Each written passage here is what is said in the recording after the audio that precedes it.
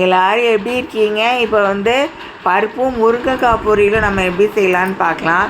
அதுக்கு மெஷரிங் கப்பில் ஒரு அரை கப் பருப்பு எடுத்துக்கோங்க.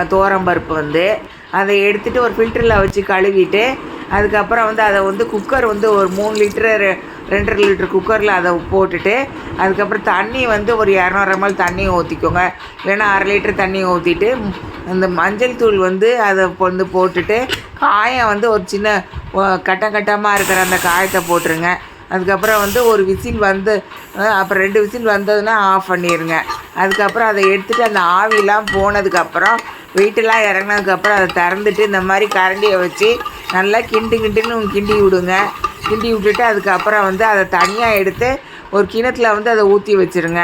இப்போ அதை தாளிச்சிட்டு கடுகு, உளுந்தம்பருப்பு, கருவேப்பிலை போட்டு தாளிச்சிட்டு அதுக்கப்புறம் அதை எடுத்து அந்த இதில் போட்டுருங்க. நான் கொத்தமல்லி போட்டிருக்கேன். அதுக்கப்புறம் முருங்கைக்காய் பொரியல் எப்படி வைக்கலான்னு பார்க்கலாம். அதுக்கு முருங்கைக்காய் ஒரு 3 முருங்கைக்காய் எடுத்துக்கோங்க. இந்த முருங்கைக்காய் இந்தளவுக்கு உங்களுக்கு இந்தளவுக்கு வெட்டி எடுத்து தனியாக எடுத்து வச்சுக்கோங்க. அதை ஒரு ஃபில்டரில் போட்டு கழுவிட்டு அதை கழுவி எடுத்துகிட்டு அதை தனியாக எடுத்து வச்சுருங்க. அதுக்கப்புறம் மிக்சியில் ஒரு 50 கிராம் தேங்காய் எடுத்து மிக்சியில் அரைச்சி எடுத்துக்கோங்க. தண்ணி கொஞ்சம் ஊற்றி அரைச்சி எடுத்துக்கோங்க. அதுக்கப்புறம் அந்த கழுவி வச்ச அந்த முருங்கைக்காவை அதில் போட்டுருங்க.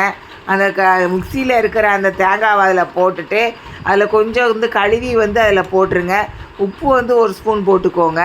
அதுக்கப்புறம் குழம்பு மிளகாத்தூள் 1 ஸ்பூன் எடுத்து அதையும் போட்டுக்கோங்க. போட்டுட்டு அந்த குக்கரை மூடி வச்சுட்டு ஆவி வந்தோடனே வெயிட்டை போட்டு அதில் ஒரு விசில் வந்தோடனே ஆஃப் பண்ணிடுங்க.